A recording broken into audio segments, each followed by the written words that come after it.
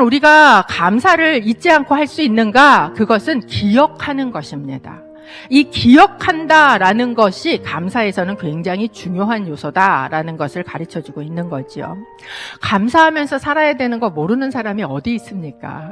또 우리는 감사하면서 살기를 원하지 않습니까? 그런데 매번마다 치는 파도처럼 하나도 똑같은 파도가 없는 것처럼 고난은 어쩜 그렇게 다양한지, 얼마나 다른 파도는 또 오고 또 오는지, 그런 일들을 닥치고 만날 때마다 우리가 먼저 감사로 반응을 하는 게 쉽지 않더라라는 것이 우리의 삶의 고백입니다. 그런데 감사의 기본은 기억하는 것이다 라고 가르쳐주고 계시는 거예요. 여러분, 이스라엘 백성이 구원을 받고 광야에 나갔습니다. 광야라는 곳은 종살이를 하는 곳이 아니고요, 아들로서 자유함을 누리는 곳입니다. 그곳은 하나님의 임재와 공급이 초자연적으로 이루어지는 곳이었어요. 그런데 그 하나님께서 나에게 행하신 일을 기억하면 감사로 나아가지만 그것을 잊어버리게 되면 어디로 갑니까? 불평을 하게 되고 원망을 하게 되더라라는 것을 보여주셨어요. 그래서 하나님께서 이스라엘 백성에게 경고를 하십니다. 이렇게 하시죠. 신명기 6장 11절에서 12절 말씀입니다.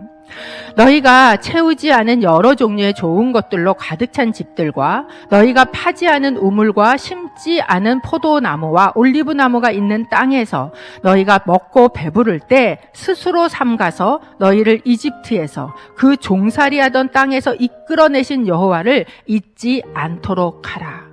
하나님의 경고입니다. 너희가 그곳에 들어가서 살게 될 때에 너희가 누리고 있는 그것이 당연한 것처럼 하나님이 행하시는 일을 잊지 말라라고 경고하시는 거예요. 그래서 감사와 기억함이라는 것은 마치 동전의 양면과도 같습니다. 내가 기억할 때 하나님이 나에게 행하신 선하심을, 그분의 구원하심을 기억할 때 그 사람은 감사로 나가게 돼요. 뿐만 아니라 내가 감사를 표현하게 되면 하나님의 선하심과 그것이 내 삶에 더 확실하게 드러나게 되는, 마치 이 동전의 양면과 같다라는 것이에요. 그래서 이 구원의 절기는 하나님이 왜 주셨는가? 그 하나님을 기억하도록 하는 장치로 우리에게 주셨다라는 거예요. 감사주일을 저희가 맞이합니다. 이 감사주일에 우리가 죄에서 종살이 되었던 것이 풀려났다는 것을, 두려움에 종살이 하던 것에서 놓여났다는 것을, 세상에 묶여 있다가 거기서 자유케 되었다는 것을 기억하는 주일이 되시기를 주님의 이름으로 축복합니다.